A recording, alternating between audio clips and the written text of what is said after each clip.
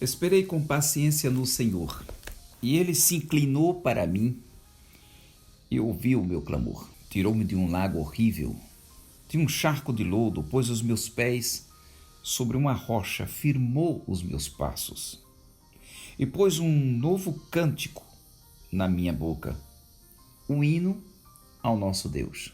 Muitos o verão, temerão e confiarão no Senhor. Salmo 40, versículos 1 ao versículo 3. Todos nós passamos por momentos de angústia, de solidão, de depressão, e especialmente nessa situação agora que estamos vivenciando, de uma pandemia, de uma histeria fora do comum, de pessoas que estão numa situação difícil, outros com medo. Mas deixa-me dizer uma palavra para você.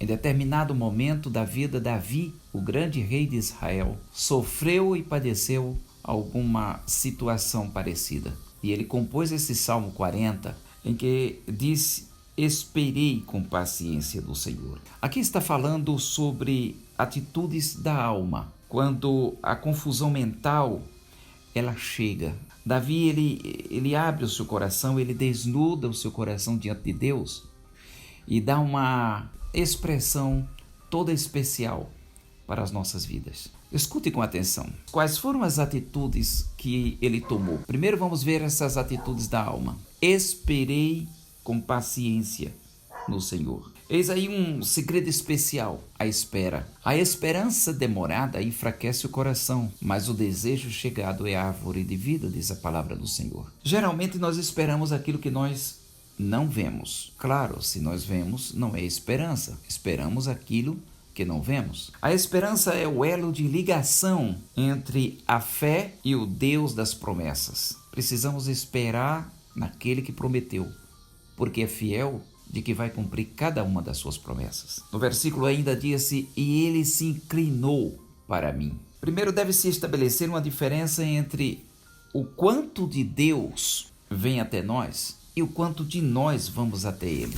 É impressionante saber que um Deus que se inclina para ver os céus. Olha, o Salmo 113, no versículo 5 e 6, disse que Deus, ele se inclina para ver os céus e a terra. Também ele se incline os seus ouvidos para escutar o clamor dos necessitados. Quando Deus se inclina dos céus para socorrer aquele que crê nele, não há nada nem ninguém que se interponha no caminho, nem o inferno e seus anjos, pois o crente está garantido nas mãos de Deus. A Bíblia disse: ele se inclinou para mim e o ouviu. Nós temos um Deus que escuta, nós temos um Deus que atende. Tirou-me de um lago, de um charco, de um poço cenagoso, como disse a Bíblia em espanhol. Deus não está parado, Deus não está estático com relação a tudo isso que está ocorrendo. Quantas pessoas estão orando, quantas pessoas estão pedindo, quantas pessoas estão clamando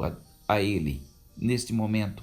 Em todo o mundo, cremos em um Deus que age através da história, que interfere na mecânica celeste para atender a oração de um homem. Mais adiante, o versículo ainda disse que ele pôs os meus pés. Aqui fala equilíbrio em todos os sentidos. Paulo expressou muito bem essa verdade quando ele disse, lá em 2 Coríntios, capítulo 4, versículos 8 e 9, que os tesouros de Deus sempre serão guardados em vasos de barro. Esses vasos de barro somos nós, são os vasos de barro da fraqueza humana, porque a glória de Deus, ela será sempre de Deus. É por isso que ele disse: somos atribulados, mas não angustiados. Somos perplexos, mas não desanimados. Somos perseguidos, mas não desamparados. Somos abatidos, mas não destruídos. O versículo ainda do Salmo 40 disse: firmou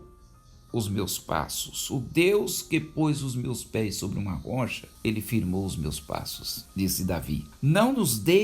Deus não nos deixa vacilantes. Pôs um novo cântico, alegria renovada. Depois nós vemos o poder desse testemunho. Quando ele disse: pôs um novo cântico nos meus lábios, ele disse também: quando Deus recupera o homem, o seu testemunho provoca em muitos uma visão. Muitos o verão e confiarão no Senhor. Temor de Deus e fé.